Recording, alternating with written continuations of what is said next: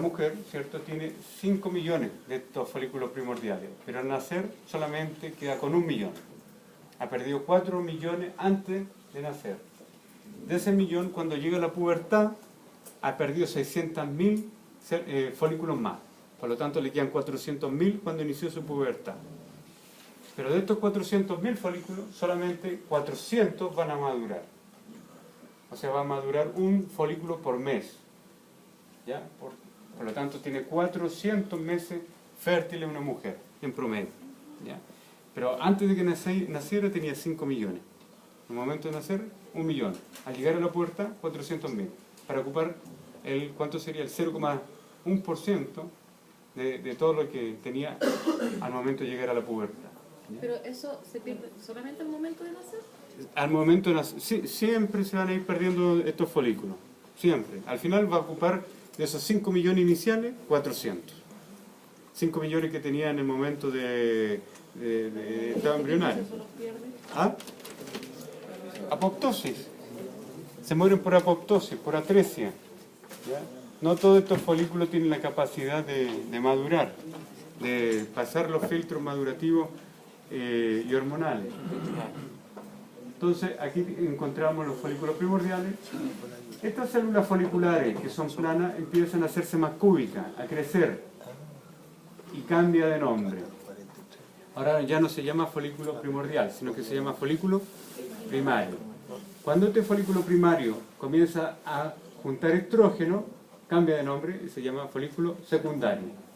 Pero si este folículo secundario aumenta de tamaño y este folículo comienza a tener este ovocito, finalmente el ovocito queda flotando y se escapa, va a pasar a un estado intermedio que se llamará folículo preovulatorio o folículo terciario. ¿Ya? Entonces la diferencia entre un secundario y un terciario es el tamaño, pero además del tamaño, un terciario va a formar un cúmulo, una columna entre el ovocito y la granulosa. Entonces, ¿qué encontramos acá? Ovocito, granulosa interna, granulosa externa, y por fuera la capa de la teca. Teca. ¿Qué se fue durante la ovulación? El ovocito rodeado por esta corona. Granulosa interna. Y eso es granulosa interna. ¿Qué se queda? Todo esto. ¿Para transformarse en qué? El cuerpo lúteo, que va a sintetizar progesterona, que va a ser fundamental para la mantención del primer tercio del embarazo. Los primeros 3 meses del embarazo. ¿Ya? ¿Ahora sí? ¿Mejor? Entonces, esta es una imagen histológica de ovario, pero fíjense que observamos aquí un cuerpo lúteo, ha ido evolucionando, acá hay otro, acá hay otro. Por lo tanto, este es un cuerpo lúteo que corresponde no a un humano, sino que a un animal multíparo, ¿ya? Porque encontramos una gran cantidad de esto. En el humano apenas vamos a encontrar solamente un cuerpo lúteo. ¿Ya? En cambio, un multíparo, la hembra, como el ratón, por ejemplo, o los hámsters, que pueden llegar a tener 10 crías, ¿ya? Vamos a encontrar muchos de estos cuerpos lúteos. Toda esta zona periférica de este ovario lo vamos a llamar entonces corteza. La parte central, que carece de folículo, médula. ¿Ya? Nuevamente, fíjense acá que este animal tiene una gran cantidad de folículos. Cada folículo tiene un ovocito, pero invade mucho el ovario. ¿Se fijan? Por lo tanto hay una zona muy pequeñita que es médula. Entonces esto lo más probable es que sea un multíparo, pero ya esos que tienen muchas crías, ¿ya? 15 crías, roedores generalmente. ¿Ya? Como les decía, el ovario humano tiene una gran cantidad de médula y poca corteza, ¿ya? Porque el humano no tiene más de 1 o 2 crías. ¿Ah? No es eso. Veamos acá, los folículos primordiales son estos más pequeñitos. Aquí hay muchos, cientos, en toda esta periferia. Todos esos puntitos que vemos ahí corresponden a folículos primordiales. Son estos puntos que vemos ahí. Folículo primordial que va a estar formado por un ovocito y una capa de células planas, células foliculares. ¿Se va a transformar en qué ese folículo primordial? El folículo primario. Las células foliculares ahora ya no son planas, sino que son cúbicas. ¿Ya? Este es un folículo primario unilaminar, para diferenciarlo de este, que es un folículo primario multilaminar. En este caso tiene dos capas de células foliculares. Pero ahora las células foliculares empezaron a sintetizar estrógeno. Por lo tanto, cambia de nombre, lo llamamos folículo secundario. Pero fíjense que aquí pasó. El ovocito quedó flotando acá, en el antro. Antro en griego significa espacio. En este espacio quedó flotando, esperando entonces ser ovulado. ¿Ya? Este es un folículo terciario, antiguamente conocido como folículo de Graf, en honor al italiano que lo descubre, el folículo de Graf. Veamos cómo está constituido este útero y sus capas. La porción más interna del útero se llama endometrio. Y este endometrio está formado por dos tejidos, un tejido epitelial y un tejido conectivo laxo. El epitelio de este endometrio es un epitelio simple, cilíndrico. No hay células caliciformes, pero sí hay células secretoras. Mio significa músculo, por lo tanto va a tener una segunda capa, que es la más abundante, que es el miometrio. Capa muscular lisa, una longitudinal interna, una circular media y una longitudinal externa. Por lo tanto, las longitudinales son tanto internas como externas, separadas por una circular media. Y el perimetrio. Peri es alrededor de, periférico, ¿cierto? Es la adventicia, tejido conectivo laxo. Algunas zonas con serosa en vez de adventicia. ¿Y cuál es la diferencia entre una adventicia y una serosa? La adventicia principalmente, estamos repasando también para la primera prueba, ¿eh? La adventicia es tejido conectivo laxo que carece de epitelio. En cambio la serosa también es tejido conectivo laxo, pero presenta epitelio. Y ese epitelio se llama mesotelio. Es un epitelio simple plano. ¿Ya? ¿Captaron entonces la diferencia entre adventicia y serosa? La serosa posee epitelio. Esa es la única diferencia. Pero ambos están formados por tejido conectivo laxo. ¿Ya? ¿Qué pasa ahora con el macho? Estamos viendo ahí un testículo, puede ser un toro, que está revestido por una túnica de tejido conectivo denso, que es la túnica albuginia. Algo significa blanco, ¿cierto? Una túnica albuginia. En este testículo se produce la maduración estructural del espermatozoide a partir de las células madres que se llaman espermatogonias. Es una célula madre. Y aquí los espermatozoides que van madurando no tienen movimiento, solamente una maduración estructural, de forma. Pero una vez que maduran estructuralmente, pasan a un segundo órgano que es el epidídimo. Epi significa sobre el dídimo, sobre el testículo. Y este epidídimo va a tener una cabeza, que es esta zona que está acá arriba, entre esta línea punteada, un cuerpo, que es esto, y una cola. Esta es la cola del epidídimo. Y aquí se van a almacenar los espermatozoides hasta el momento de la eyaculación. ¿Ya? Luego esta cola epidimaria va a expulsar los espermatozoides de vuelta a través de un conducto que se llama conducto o vaso deferente. Deferente viene del latín defero, que significa sacar. Entonces este conducto deferente tiene la función de sacar los espermatozoides del epidídimo. ¿Ya? ¿Qué vemos acá? Entonces testículo, epidídimo, conducto deferente, la uretra peniana, ¿ya? Genital externo, pene, escroto. Hay algunos animales que tienen fertilidad todo el año, como el humano, ¿cierto? Pero acá el conducto deferente de estos animales que son fértiles durante todo el año, el conducto deferente por fuera tiene un músculo, que lo van a estudiar ustedes en anatomía, que es el cremaster. Ese cremaster va a acercar al testículo hacia el abdomen cuando hace frío. ¿Ya? Estamos incluyendo al humano en esta definición. ¿Ya? Pero cuando hace calor, el cremaster aleja al testículo del abdomen. ¿Cuál es la función de esto? Mantener una temperatura testicular homogénea en 35 grados. Y solamente a 35 grados, o máximo 35 grados y medio, se va a producir la espermatogénesis, que es la maduración de los espermatozoides. Por eso pacientes que tienen, por ejemplo, varicoceles, que son varices en el testículo, llevan la temperatura del abdomen hacia el testículo. Y esa temperatura testicular que debería estar en 35 grados, ahora está en 36 grados y medio. Por lo tanto, se detiene la espermatogénesis y esos varones son infértiles. ¿Ok? ¿Cuál es la diferencia entre infertilidad y esterilidad? ¿O es sinónimo? No. ¿Qué más grave? ¿Ser estéril o ser infértil?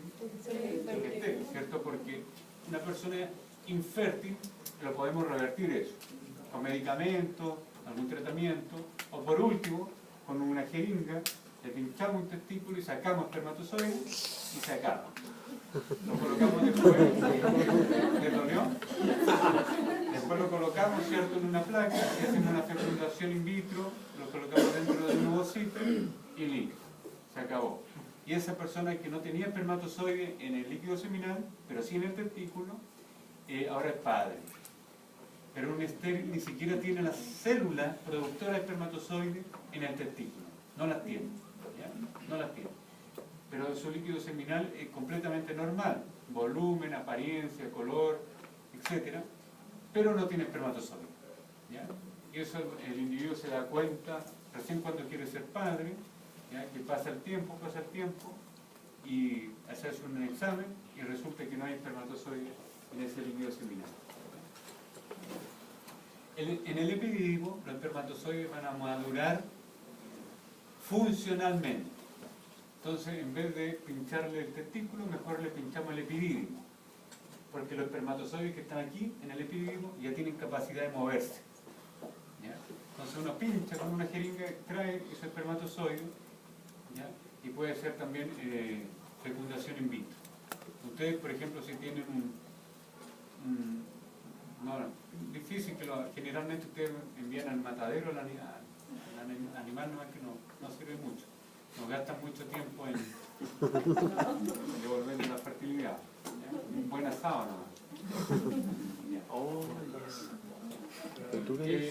pero por ejemplo, animales que son caros, una buena raza, y tienen al único toro que se lo vendieron fallado. ¿Ah? Entonces, esa buena raza, probablemente ustedes van a querer juntar líquido seminal, y si no sale el líquido seminal, van a tener que buscar el testículo, buscar el epididimo y estar cada tanto tiempo haciendo extracción del espermatozoide epididimario para ustedes mismos, en su laboratorio, como médico veterinario, hacer una fertilización in vitro y devolver después los embriones a ese vacuno, a la hembra. Si nosotros hacemos un corte de este testículo y lo miramos ahora con lupa, un aumento bajo, vamos a ver estos túbulos seminíferos. Túbulos seminíferos que van a producir los espermatozoides. Entonces, si nosotros vemos ahora uno, aquí hay un túbulo seminífero, acá hay otro, otro. Voy a dibujar uno acá. Y este túbulo seminífero va a tener un lumen, y a este lumen caen los espermatozoides de cola. ¿Ya? Así van cayendo. Y esta línea que dibujé por fuera, esa corresponde a la lámina basal. Y la célula madre está unida a la lámina basal. ¿Cómo se une? ¿Por qué estructura se une a la lámina basal? A través de hemidesmosomas. Está entre la prueba, ¿eh? Desmosoma. Hemidesmosomas. Entonces, soma en griego significa cuerpo. Son pequeños cuerpos. Hemi, la mitad de un desmosoma. Entonces, esta célula que está aquí unida a la lámina basal se llama espermatogonia. Y va a madurar hasta finalmente transformarse en espermatozoide y caer. Eso es un espermatozoide. Cuando el espermatozoide cae al lumen, va a ser transportado finalmente hacia el epididio, ¿ya? Del testículo del epididio. Eso se llama espermatozoide. Pero esto de acá se llama espermátida. Como no tiene la cola. Espermátida elongada. Entonces, esta célula ya ha madurado mucho, pero no se ha liberado. Cuando cae, se llama espermatozoide. ¿Ok? Esto es un túbulo seminífero. Esto que está acá. Dentro de este túbulo seminífero también encontramos otra célula, que es una célula bastante grande, que se llama Sertoli. Célula de Sertoli. ¿Ya? Es la célula madre que acompaña a todo este proceso madurativo. La vamos a encontrar acá. Pero en este espacio, en esta zona, encontramos un intersticio. En este intersticio, en esta zona intersticial, encontramos la célula que produce testosterona en este macho. Y esa testosterona es producida por una célula que está aquí afuera, que se va a llamar, ¿cómo se llamará? Célula de Leydig. Célula de Leydig, que está acá en el intersticio. Función principal entonces es producir testosterona. ¿Ya? Entonces aquí alcanzamos a ver esa rayita que corresponde a las colas de estos espermatozoides. ¿Cuál es el rayo onda? Fíjense acá nuevamente, un corte de testículo. Aquí encontramos estos túbulos seminíferos. Túbulos seminíferos que miden apenas 250 micrómetros de grosor. Por lo tanto, ¿cuántos túbulos seminíferos caerían en 1 milímetro? ¿Ah? ¿Cuántos túbulos seminíferos caen en 1 milímetro? 4. Solo 4. Porque 1000 micrómetros es 1 milímetro. ¿Ya? Y ahí está por fuera entonces la albuginia, el tejido conectivo denso. La que envuelve a todo el testículo se llama albuginia. Nuevamente, más de lo mismo. Túbulo seminífero, se cae uno. Por fuera, envolviendo al túbulo seminífero, está esta línea que es la lámina basal. ¿Ya? Unido a la lámina basal a través de hemidesmosoma encontramos las espermatogonias. Pero estas espermatogonias van a originar a espermatocitos primarios, que van a dar origen a espermatocitos secundarios. Espermatocitos secundarios que dan origen a espermátidas redondas. Y espermátidas redondas que se diferencian a espermátidas elongadas. Y cuando se suelta, ¿ya? Se llama espermatozoide. Y eso va ocurriendo hacia el lumen. Y acá en el intersticio, en toda esta zona, por fuera del túbulo seminífero, encontramos tejido conectivo laxo, donde predomina la célula de Leydig que va a producir testosterona. Pero entre todas estas células germinativas vamos a encontrar esta, que es una célula de Sertoli, esta, gigante. ¿Cuál va a ser la función de esta célula de Sertoli? Entregar nutrición y oxigenación al epitelio germinativo. Una célula nodriza. Fíjense acá. Este es un esquema que representa a la célula de Sertoli, todo esto. Aquí hay otra célula de Sertoli. A nivel basal tenemos la lámina basal. Y esta primera capa va a ser de espermatogonias, espermatocitos primarios, espermatocitos secundarios, espermátida redonda y espermátida alargadas o elongadas. Y cuando cae al lumen, espermatozoides que van a ser transportados entonces hasta la cabeza del epididio. De la cabeza epidimaria pasa al cuerpo epidimario y finalmente a la cola donde se almacena. El humano es capaz de almacenar espermatozoides para 10 eyaculaciones seguidas, siempre y cuando haya un humano que pueda eyacular 10 veces seguidas. Pero para que no piensen que la segunda no tiene nada, la tercera no, como método anticonceptivo no sirve.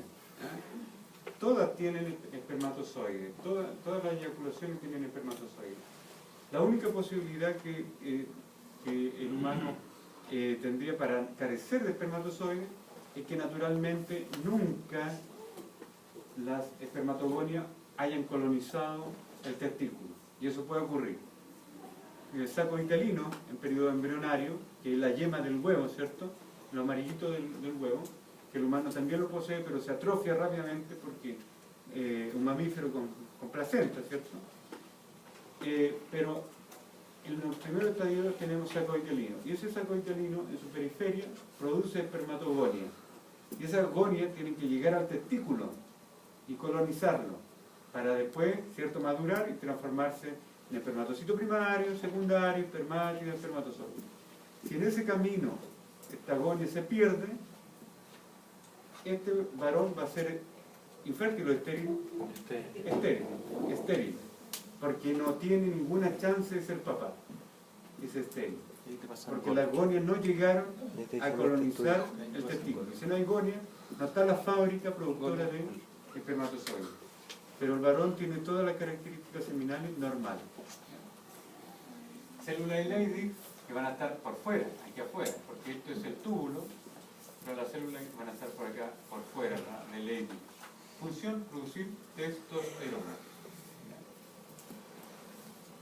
Nuevamente, túbulo seminífero, pero fíjense que aquí a nivel basal, este túbulo seminífero, acá hay uno, acá hay otro, encontramos las espermatogonias. El resto son espermatocitos de diferente orden, primario, secundario, espermátido, y aquí encontramos alguna espermátida elongada, ¿ya? Porque se alcanzan a ver las colas de la espermátida elongada. Nuevamente lo mismo. ¿Alguna pregunta hasta acá con respecto al túbulo seminífero, al testículo? ¿Vamos bien?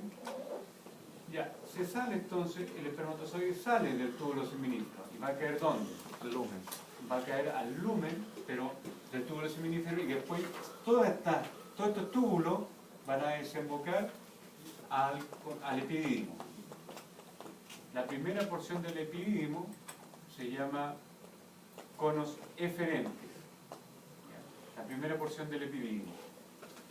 Pero aquí tenemos el epidídimo propiamente tal. Pero toda la zona del epidídimo tiene un epitelio en donde la célula tiene núcleo de distinta altura, pero todas llegan a la lámina basal. Entonces, ¿qué tipo de epitelio es este? Pseudoestratificado, pero además tiene una especialización apical, que son estos, se llaman estereocílidos. Y estéreo significa falso cílido. Estereocílido. Porque cilio es una estructura, cierto, que tiene movimiento, como los cilios de la tráquea. Estos no se mueven, pero hacen algo interesante. Peinan a los espermatozoides para entregarle proteína y que maduren funcionalmente. Eso significa que adquieran movilidad, movimiento. Y al peinar a estos espermatozoides también le retiran proteínas que estaban inhibiendo su movimiento. Entonces retiran proteína bloqueadora y le entregan proteína activadora.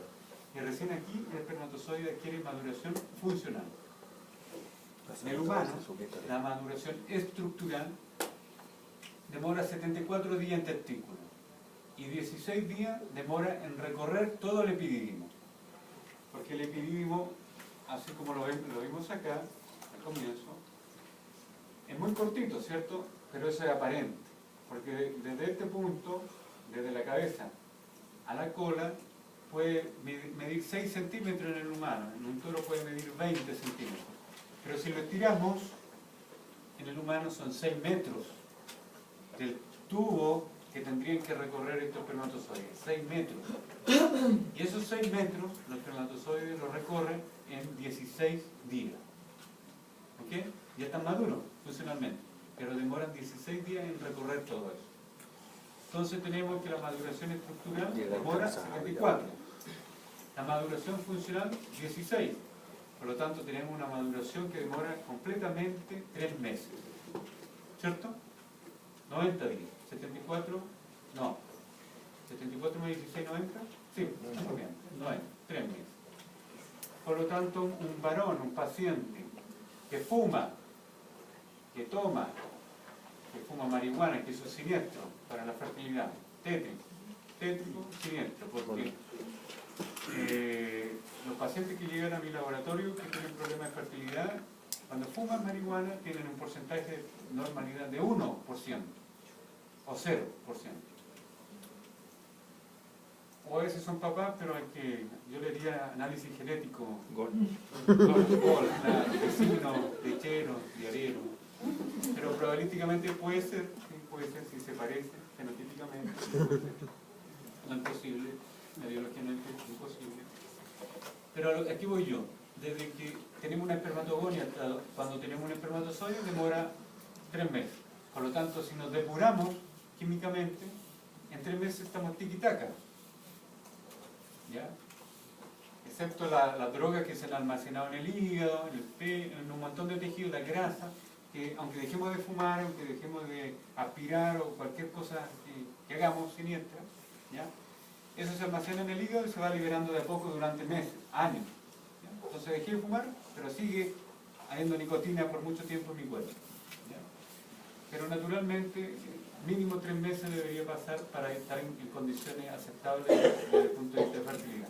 En cambio, la mujer, lamentablemente, eso no es posible. ¿Por qué?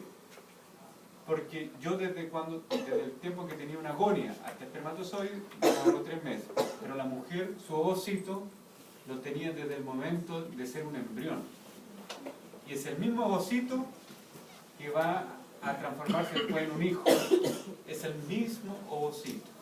No es un ovocito recién creado como los espermatozoides de la especie masculina, los machos. ¿Captaron la idea? Entonces, si la mujer le da mucho al carrete, a la droga, todo eso, está acumulando daño en ese ovocito. Por lo tanto, su fertilidad después de los 30, 35 se va a pico. Ha acumulado mucho daño, mucho carrete, ¿ya? Y no tiene células nuevas. En cambio, el varón llega a los 90, tiki-tac. Un poquito menos, le inyectamos testosterona y tiki-tac. Anthony Quinn tenía 84 años y estaba siendo papá por ahí. ¿Preguntas? ¿Sí? En general, ¿cuál es el porcentaje de muestras buenas dentro de este mar de espermatozoides? Porque me encontré con una sorpresa por ahí cuando tuve que hacer un examen y... ¿En qué animal lo hiciste el examen? ¿Animal humano? Sí, porque eso hay que tenerlo en cuenta, porque por ejemplo en el humano la morfología normal, según la OMS del 2010, se acepta como mínimo en el varón un 4%, 4, o sea, nos pide mucho, o sea, de cada 100 que 4 sean buenos, pero en medicina veterinaria están todos los espermatozoides buenos. Tenemos una morfología espermática del 80% o 90% de espermatozoides buenos en medicina veterinaria. Eso es porque el alimento, las condiciones, la luz, la temperatura, toda la vida del animal está siendo muy controlada. ¿Ya? En cambio nosotros no. El humano tiene, ¿qué tiene el alimento? Estabilizantes, preservantes que matan, están construidos para matar bacterias. Eso estamos comiendo nosotros. Colorantes que son siniestros, que están prohibidos en muchas partes del mundo, como la eritrocina, que tiene la bilis. Nosotros se la damos a los niños de Sudamérica. La eritrocina produce cáncer renal. Y la tartracina, que es amarilla, que tiene la PAP, produce cáncer hepático. Entonces, ¿qué hacen los países más desarrollados? Buscan colorantes naturales. En vez de usar tartracina, utilizan, la Fanta ya no es amarilla, pues naranja, porque usan beta-caroteno, pigmento natural de la zanahoria. O utilizan la cáscara de la cochinilla, que no me acuerdo el nombre, pero la cúrcuma, no me acuerdo, pero es un pigmento rojizo natural, que hasta le hace bien a la gente que lo toma. Pero acá vemos, ¿qué tienen los alimentos? Rocofenol, lo mismo que teníamos en las placas, eritrocina, que hacemos las tinciones para que ustedes vean los tejidos, eso no estamos... Entonces hay un montón de cosas, factores ambientales. El estrés afecta siniestramente también a la fertilidad. Entonces, tener espermatozoides buenos en la especie humana son escasos. ¿Ya? Por eso también la fertilidad, antes los papás tenían 10 10 hijos, nuestro bisabuelo, nuestro abuelo, ahora con suerte 2, cada pareja, lo suficiente para el recambio poblacional. ¿Sí? Mi pregunta va para el lado de la fertilidad femenina. ¿Qué pasa si no se libera el ovocito? Sí. ¿No hay cuerpo lúteo? Sí, es una condición que se llama síndrome de ovario poliquístico. Y eso va a ocurrir en la mujer, que este folículo que debería salir, ¿ya? Y salir este ovocito, se va a quedar dentro. No se va a formar cuerpo lúteo. Pero ¿qué va a ocurrir acá? Que usted va a sacar una ecografía de esta señora, de este ovario, ¿ya? Y el ovario va a parecer un queso gruyere, lleno de estos folículos, lleno de hoyos, ¿ya? Pero no se va a formar cuerpo lúteo porque está dentro del ovocito todavía, ¿ya? Pero ese ovocito Está muerto, muere, porque tiene su tiempo para salir, ¿ya? Y después de eso vive 24 horas y se acabó. Y la mujer forma el síndrome de ovario poliquístico, varios quistes, y esos quistes son los folículos, ¿ya? Y eso va a producir que la mujer además tenga muchas células de la teca, pero teca activa. Y la teca, que es la porción periférica de este folículo, produce andrógenos. Y andro en griego significa hombre, ¿ya? Entonces son las hormonas masculinas, como la testosterona. Por lo tanto, una mujer con síndrome de ovario poliquístico va a tener características masculinas, porque va a tener acné, va a tener mucho hirsutismo, le va a salir mucho vello en la cara. Como tiene hormonas anabólicas, como la testosterona, va a tener mucha grasita, ¿ya? Pero es normal, en las mujeres adolescentes, las mujeres hasta los 22, 25 años, un 17% de las mujeres tienen este síndrome de ovario poliquístico, que naturalmente a medida que pasan los años desaparece naturalmente. Si no desaparece, el ginecólogo le receta metformina, que es un medicamento para normalizar y eliminar este síndrome de ovario poliquístico. Y una niñita, una adolescente que estaba acomplejada, que siguió por su peso, sus características fenotípicas, en 2 meses, 3 meses de tratamiento con metformina queda como una modelo 90, 60, 90. Un tratamiento bastante barato y simple. ¿Sí? ¿Cuál es la correlación que existe entre resistencia a la insulina e infertilidad? Total. Generalmente las mujeres que tienen resistencia a la insulina, además secretan prolactina, no solamente insulina, ¿ya? La mujer, eso en el fondo, ¿qué es la resistencia a la insulina? Que me como un chocolate, pero ese azúcar sigue dando vueltas en el cuerpo mucho tiempo. ¿Cómo responde el páncreas? Libera insulina. Pero mi hígado, que es el encargado de absorber la glucosa, no tiene el receptor necesario para incorporar, ¿cierto?, para capturar a la insulina. Tiene resistencia a la insulina. Por lo tanto, al dar vuelta este azúcar durante mucho tiempo, ¿cierto?, sigue estimulando al páncreas a que aumente la insulina. Y la insulina es una hormona anabólica, anabolizante. Entonces la mujer que tiene resistencia a la insulina también va, si no es tratada, tiene un tratamiento coincidentemente de la metformina, el mismo que sirve para el síndrome de ovario poliquístico. Y si no es bien tratada con una dosis adecuada y bien regulada, queda también con anovulación. Y queda con una fertilidad muy reducida, ¿ya? Pero un buen tratamiento con metformina también a esta mujer le regula los receptores de insulina y también la hace bajar de peso. Profe, ¿pero es una hormona? La metformina es un medicamento que se está estudiando hace poquitos años. El mecanismo de acción no está totalmente esclarecido. La metformina es un medicamento que partió utilizándose para diabéticos, para normalizar el azúcar en la sangre, con la ventaja que no produce nunca una hipoglicemia. Por lo tanto, nadie que tome metformina se va a desmayar por hipoglicemia. Pero en cambio, con el exceso de insulina, o sea, de insulina, claro, se cae, se desmaya, le da un shock por hipoglicemia. Pero la metformina no causa eso. Y coincidentemente se dieron cuenta de que las mujeres que tomaban metformina empiezan a mejorar sus tasas de fertilidad. Pero el mecanismo exacto no está esclarecido. No es una hormona, es un químico sintético. Entonces, Es un si alguien acá tiene problemas de fertilidad, piense en visitar a ese ginecólogo y en hacerse estudio endocrino.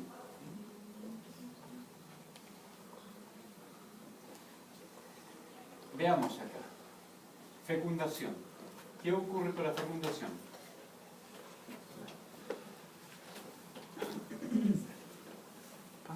La semana pasada, ¿dónde revisamos músculo, revisamos sangre? ¿O no? Sí. ¿Sí? Sangre y músculo. Estamos súper bien. Sí. Acá está el ovario. El ovario que tiene los folículos primordiales, primarios, secundarios, terciarios. El terciario también se llama folículo de Graf. Aquí está la tuba uterina.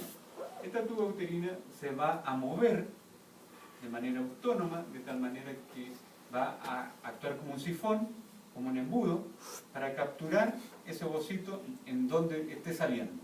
Lo va a rastrear, va a bajar, como si fuera un brazo, y si el ovocito está saliendo por abajo, lo va a ir a capturar, y se va a ganar acá. Ahí. Y lo va a aspirar. Entonces, en el tercio distal de esta tuba uterina, porque este es el tercio proximal, este es el útero, en este tercio distal, solamente va a recorrer en estas 24 horas este segmento, el tercio distal. Por lo tanto, las fecundaciones ocurren solamente ahí, en el tercio distal de la tuba. ¿Por qué? Porque la vida de un ovocito es 24 horas. En esas 24 horas recorrió ese segmento.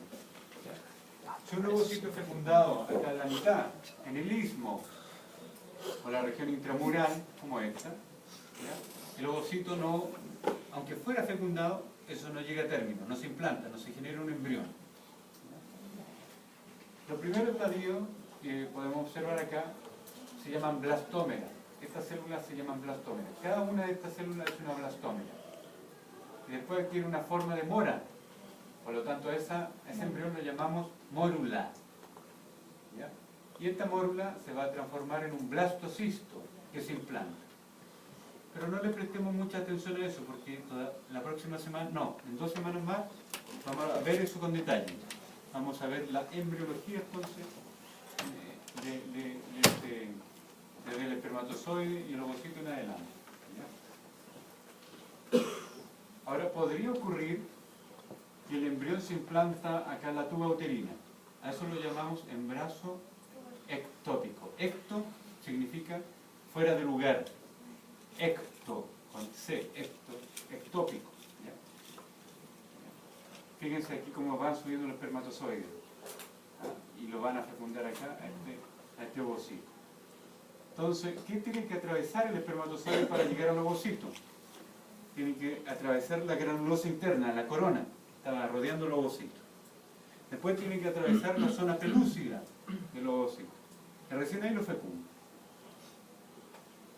Aquí estamos viendo eso. ¿Ya? Vemos el ovocito, ahí está el núcleo del ovocito, la zona pelúcida, que es toda esta zona más grisácea, y la granulosa, que es esto. ¿Ya? Todo esto es granuloso. Y el espermatozoide llega, hace contacto, atraviesa la granulosa, atraviesa la zona pelúcida, ven que está atravesando, y entra finalmente al citoplasma del ovocito. Entonces atraviesa esta cubierta de células de la granulosa, la zona pelúcida, y llega al ovocito. Fíjense que la zona anterior de este espermatozoide tiene una región que se llama el acrosoma, la punta de esta lanza. Y este acrosoma tiene aproximadamente 30 a 40 enzimas proteolíticas, enzimas que van a tener la capacidad de romper la zona pelúcida y de abrir paso, ¿cierto?, entre la célula de la granulosa. Ese es el acrosoma. Aquí sigue, fíjense, este embrión y se va segmentando. Yo les dije que las primeras divisiones celulares de este embrión genera blastómeras. Cada una de esas células es blastómera. Y estas blastómeras son totipotenciales.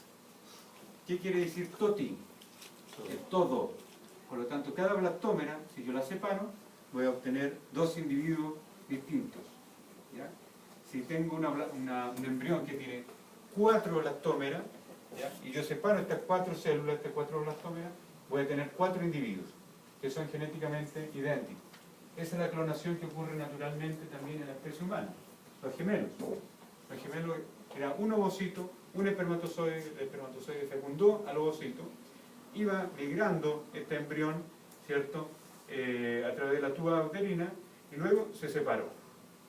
Y se implantó, se puede implantar en lugares distintos o en el mismo lugar compartiendo incluso la placenta, pero son los gemelos. ¿Ya? Los gemelos entonces son exactamente, genéticamente idénticos, a excepción de los, ¿cuáles serían los otros? Mellizos. El mellizo era un espermatozoide que fecundó a un ovocito y otro espermatozoide que fecundó a otro ovocito. ¿Ya? ¿Sí? En cuanto a los gemelos, tenemos el caso, bueno, de que es un ovocito, ¿no? Sí. Por lo tanto, ahora, ¿esto es genético? Hay familias que son productoras de gemelos. ¿Sí? Claro, hay predisposiciones genéticas a eso. Por lo tanto, una mujer, por ejemplo, si nace con 400 ovocitos, Sí. ¿podría tener más de 400 hijos si se dan No, todas no las puede. No, o sea, lo que voy... No, pero técnicamente matemáticamente, tampoco. no, es imposible. No. Pero a lo que voy es eso, el hecho de que estos ovocitos... Potencialmente sí, pues, sí. Claro, Si separáramos los 400 ovocitos y lo implantáramos en diferentes receptoras, en diferentes Tienen madres, 800 hijos. claro, o más. Eso es lo que ocurre en la fertilización, ocurría antes con la fertilización asistida. Por ejemplo, a la mujer se le transferían 2 embriones y aparecían 4 hijos, porque salieron los gemelos. Entonces, ¿qué se hace actualmente en las clínicas de fertilidad? Transfieren solamente un embrión, pensando que hay un 33% de posibilidad de que se implante. Es más probable que no se implante. Pero si no se implanta, descongelamos otro embrión y hacemos un segundo o tercer intento. Pero de esa manera le evitamos de que, por ejemplo, si queremos asegurarnos de que prenda uno, antes que se hacía, se colocaban 4 embriones. Pero ahí están los casos de que salían 8. ¿Han escuchado ustedes? De repente, con fertilización asistida, en tal parte salieron 8. 7, 6, 5. Entonces, actualmente los países desarrollados, ¿qué hacen? Colocar solamente un embrión, esperando que también es probable que aparezcan 2 hijos.